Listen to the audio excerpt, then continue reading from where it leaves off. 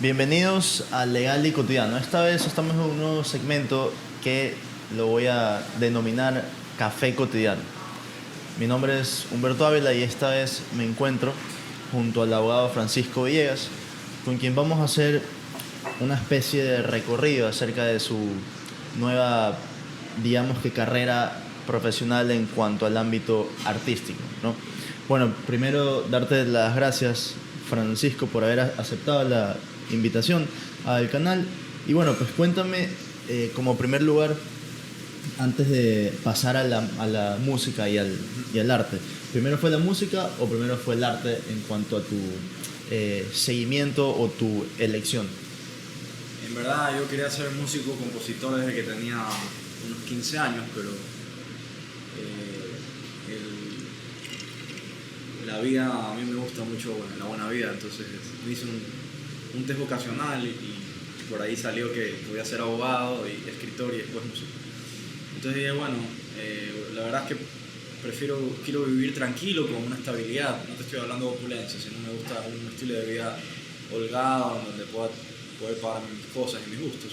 Y tener tus hobbies, por así decirlo, Y ¿no? entonces dije, bueno, lo que voy a hacer es estudiar Derecho y paralelamente voy a seguir componiendo mis canciones y voy a seguir teniendo mi banda y tocando conciertos y qué sé yo. Bueno, luego de que entré a estudiar Derecho, entré a la facultad, me di cuenta de que esto era en serio y que te quitaba más de 8 horas diarias, porque yo empecé a estudiar a estudiar a los 18 Derecho y ser asistente legal a los 18 años, aquí en un estudio jurídico, aquí a la vuelta, justo. Y me di cuenta de que la vida de ser músico iba a ser imposible. Entonces como que eso se quedó dormido, metido en el congelador por unos 4 o 5 años, y me acuerdo que hasta caí en una suerte de depresión porque tenía como que dos polaridades, ¿no? El Francisco artista y el Francisco abogado. Y me acuerdo que tenía mi guitarra sin cuerdas y en una silla, y mi mamá me dice, oye, pero tú toda la vida has tocado guitarra, ¿por qué no tocas la guitarra? Y yo le decía, sí, ya voy. Y en una noche ella me lleva la guitarra con las cuerdas arregladas y ahí empecé a tocar de nuevo Ok. y comencé a componer nuevamente. ¿Eso hace cuánto fue? Eso fue cuando tenía 22 años. Esta dicotomía del abogado músico, porque no me encontraba a mí mismo. No sabía lo que quería con respecto a mi vida. Decía, bueno, yo quiero tener un buen estilo de vida. Y lo primero que me imaginaba yo cuando sentía músico era no sé, o sea, el estilo de vida de músico que te da Hollywood, ¿no? Cuando recién empiezas, ¿no? Largas horas de trabajo, mala paga y ojeras. Un poco de mala vida, por así Sí, decirlo. por así decirlo. Entonces como que me alejé un poco de eso por eso. Pero en cuanto a... Ahorita entiendo que sacaste un nuevo álbum, ¿verdad? Que seguiste con Es esta... correcto, yo reconecto con la música de una forma muy particular, porque en este hueco, digamos, en esta pseudo depresión que tenía, que mi madre me da la guitarra arreglada y ya me estaba casi graduando de abogado y me encuentro con un libro de derechos de autor en una librería jurídica de libros de segunda mano. Ok. Y Todo se iba dando, sí, todo se iba dando de propiedad intelectual y me leí ese libro y me acuerdo que... Y de ahí yo dije, ahí está el diagrama de Venn, la música y el derecho. En la mitad, la propiedad intelectual. Entonces ahí comencé a explorar y dije, bueno, voy a hacer la maestría. En la maestría tomé un poco de clases de derecho de autor, de derecho marcario. Y ahí me terminé enganchando con la propiedad intelectual y ahí terminé uniendo mis dos pasiones, que son el derecho y la propiedad intelectual, porque en la maestría me terminé enamorando del derecho. Yo dudaba de ser abogado a los 23 años. Claro, pero ¿cuál fue esta parte de tu vida, por así decirlo, en la que ya dijiste, ok, nos vamos otra vez con este hobby? O sea, ¿en qué se fundó Cuando mi sacar madre me este regala álbum? la guitarra, comencé a componer canciones nuevamente. Eso fue cuando tenía 22 y grabo el primer álbum que se llama Rezadas Acústicas Rústicas. Ok. Lo grabo con un muy buen amigo mío, Juan José Ripalda Zinc.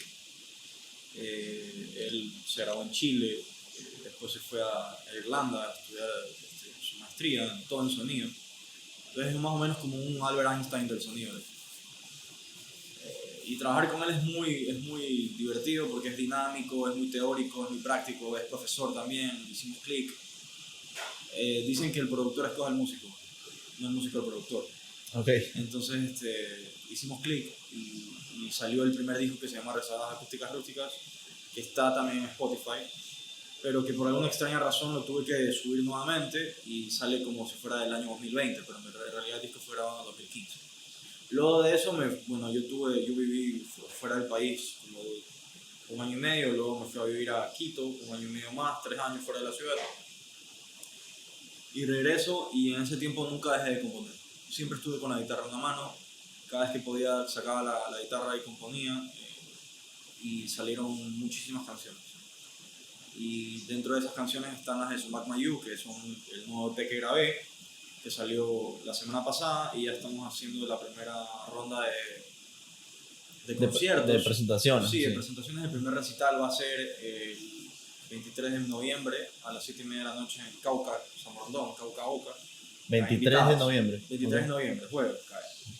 Entonces ahí voy a tocar las canciones mías, ¿Abierto o cuesta? No, bueno, cuesta $10 la entrada, sí. Ok. Ya, de hecho, terminamos hoy esto y subo el post.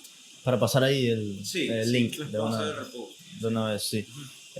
Tengo entendido que son 3 canciones en el Sumac Mayu. Sí, ¿no? Sumac Mayu viene del quechua y del quichua, Okay. digamos ancestrales. ¿Por qué se da este nombre? Se llama Río Lindo, Río Bello. Okay. Quichua y quechua. No me acuerdo cuál es quechua y cuál es quichua.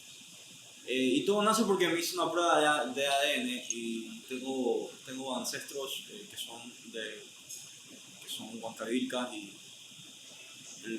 un quinto de mi sangre es huancavilca y andino. Entonces quiero rememorar esa parte descuidada, antepasados. rememorar nuestros ancestros,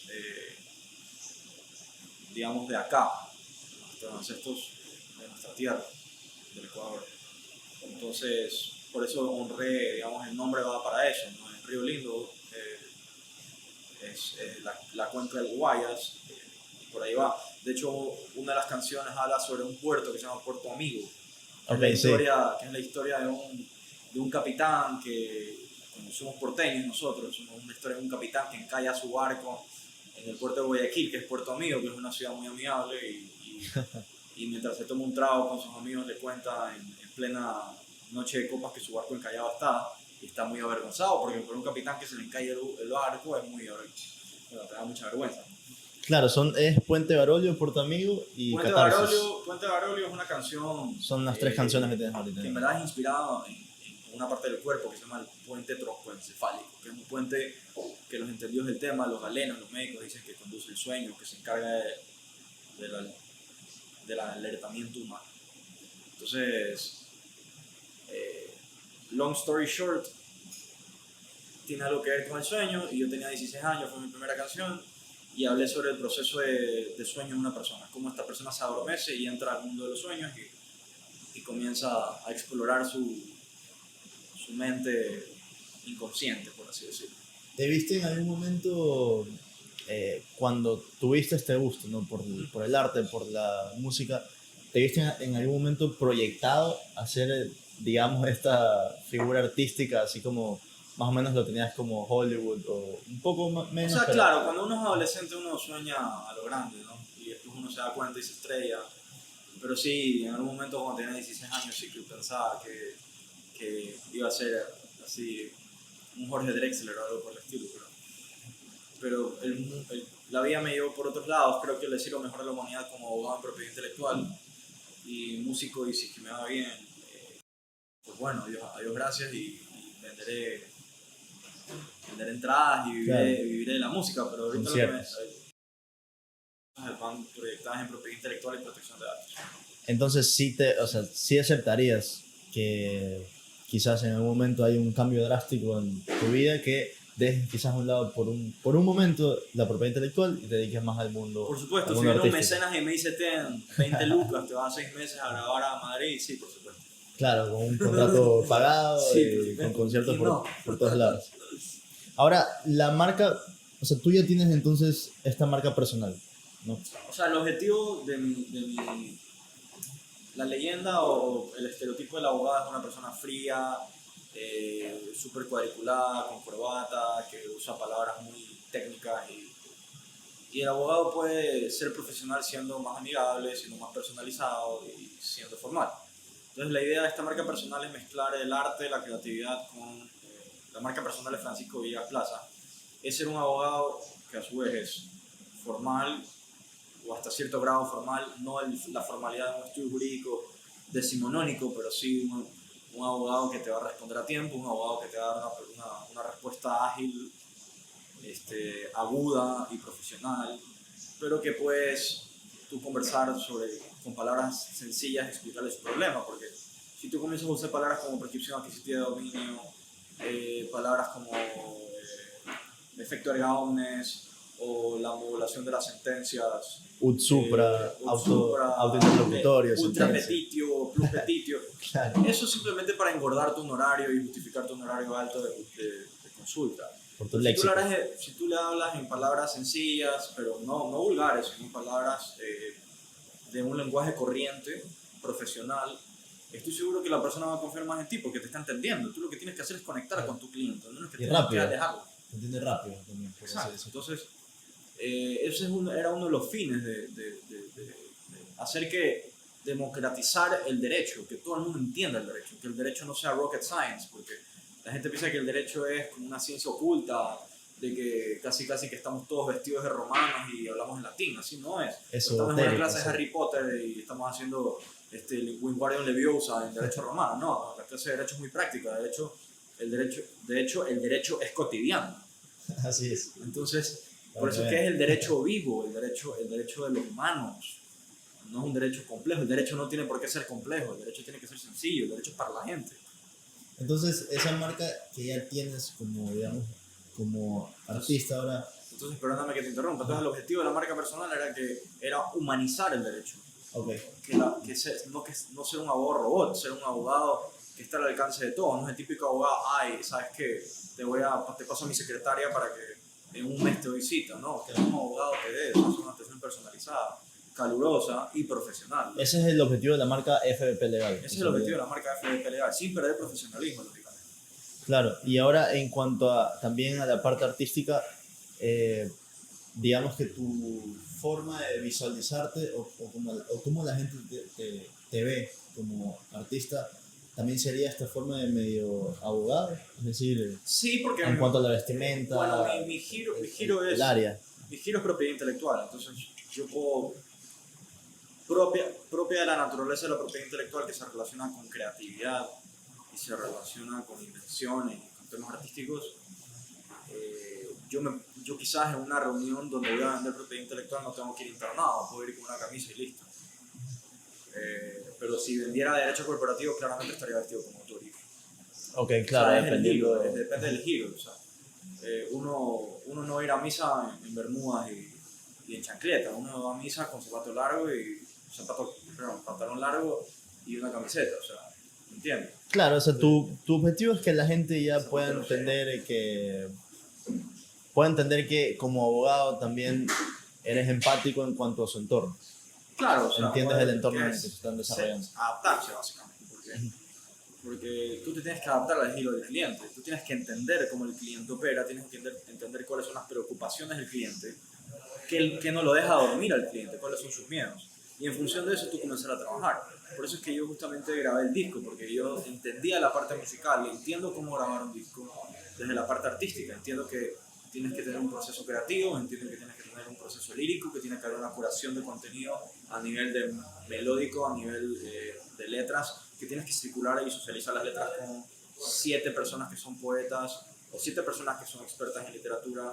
Tienes que circular la canción con 7 personas que sepan de música y ahí comenzar a madurar la canción, y una vez madurada la canción se lo mandas al productor, el productor la selecciona y te dice, bueno, vamos a meterle estos arreglos y vamos a hacer estas adecuaciones y vamos a cortar estos tiempos y vamos a alargar aquellos. Me parece que la canción debería ser en tal ritmo, me parece que la canción... Pero eso es una cuestión de un proceso creativo, un proceso artístico, pero eso legal. Ponerle un lente jurídico, una lupa jurídica, es el desafío, y eso fue justamente uno de los desafíos de de grabar el disco a través de la cuenta de FDP Legal, captar a primera mano, a primera vista, todos los fenómenos jurídicos que ocurrían en el proceso creativo. Y en cuanto a la parte de la propiedad intelectual, ¿no? Una vez Sí. que grabas estas canciones, ¿cómo fue el proceso de los derechos de autor, derechos conexos? Bueno, yo soy el titular de los derechos morales y patrimoniales porque yo fui el que escribí la melodía y las letras de las canciones. El productor de fonogramas, que es el mismo José Ripalda, tiene derechos conexos o vecinos o afines con las grabaciones porque él fijó a través de un micrófono las grabaciones. De ahí tenemos los músicos, los arreglistas, que en este caso Juan José fue arreglista y otros arreglistas más. Ellos tienen derechos sobre obras derivadas porque cogieron la obra madre o la obra originaria y la transformaron, la adaptaron o la arreglaron con mi consentimiento. De ahí en la parte audiovisual y fotográfica, la portada del disco la hizo Ana Paula Trujillo, que fue la que me tomó la foto, y eso es una fotografía profesional, entonces ella tiene derechos sobre esa fotografía. Ella me cedió los derechos patrimoniales para que yo pueda explotar la obra, pero también mis datos biométricos, si vamos ya a la Ley Orgánica de Protección de Datos Personales. Y así con el video promocional, que también usó mis datos biométricos y por tanto también hay propiedad intelectual porque hay derecho a la imagen. Entonces, y fue un lugar privado el video grabado, entonces necesitaba mi autorización, la cual la tuvo, pero todas esas cosas que yo las enseñaba en clases, en cátedra, las vi a primera vista y ya supe cuáles eran los detalles y ya sé cómo asesorar al cliente de una manera. Yo hice esto como agente encubierto para mejorar mi servicio y hacerlo más personalizado a mi cliente, ya sea un creativo o un empresario. O sea, entonces está todo este álbum y toda esta imagen que ya relacionas con tu marca, ya está completamente protegida por la propiedad intelectual. Sí, desde la creación, porque son derechos de autor. Y ahora, ¿cuáles son los planes que tienes de aquí en adelante junto a este álbum? Y con la marca de FDP Legal. Es decir, FDP Legal representa el álbum. Por así FDP decirlo. Legal es una marca personal de una persona que se dedica a hacer música y a dar servicios legales en propiedad intelectual y derechos corporativos. Entonces, en función de eso, es una persona que tiene sus propias características, virtudes y defectos.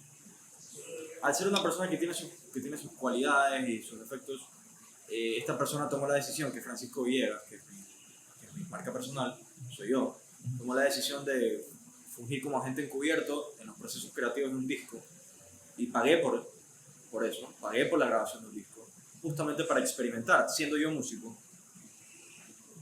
Pagué para experimentar cómo se graba un disco, pero ya desde el ojo de un abogado, desde la óptica de un abogado. Entonces, ya sé cómo un artista sufre, sé cuáles son los miedos de un artista, sé cuáles son los miedos de un productor, sé cuáles son los términos y condiciones que tiene que tener un artista para subir y no fracasar y tener seguridad jurídica en todos los negocios artísticos que se propongan. Ahora, también lo hice con mi marca Habanos. Esa es nueva también. El guardián de la estancia. Esto es para meterme más en el patín del empresario, porque en el patín del creativo es el disco Sumas Mayú, pero en el patín del empresario es los cigarros. Primero conseguir al distribuidor, porque yo no los hago, yo no los enrolo, los enrola mi proveedor, que es el maestro labrador. O sea, yo los maquilo. Pero yo aquí le metí branding, le metí marca, le metí storytelling, le metí amor sobre el aire, ¿no? Yo tengo mi lista de clientes y te obsequio uno de estos cigarros, que es un cigarro Churchill, tipo Churchill. Es un cigarro de 18 centímetros. El guardián de la instancia. Es completamente, el rapper es ecuatoriano, el mejor del mundo.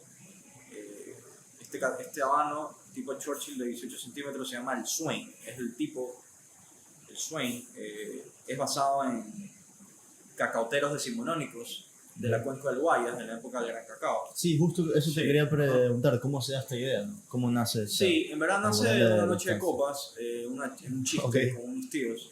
Y yo les llevo un puro y se los regalo y me dicen, ¿y por qué me regalas el puro? Y le digo, bueno, porque te gusta el puro.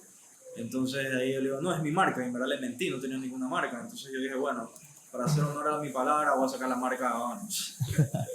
Entonces busqué el proveedor, encontré el proveedor, a la gente le gustó el producto y lo comencé a comercializar y este es el tercer lote. Y acá tú tienes, son los derechos patrimoniales, absolutamente esto. O sea, no, yo soy dueño de la mercadería, porque se la compro, y la marca es otra cosa. A mí me venden la mercadería y yo le pongo mi marca.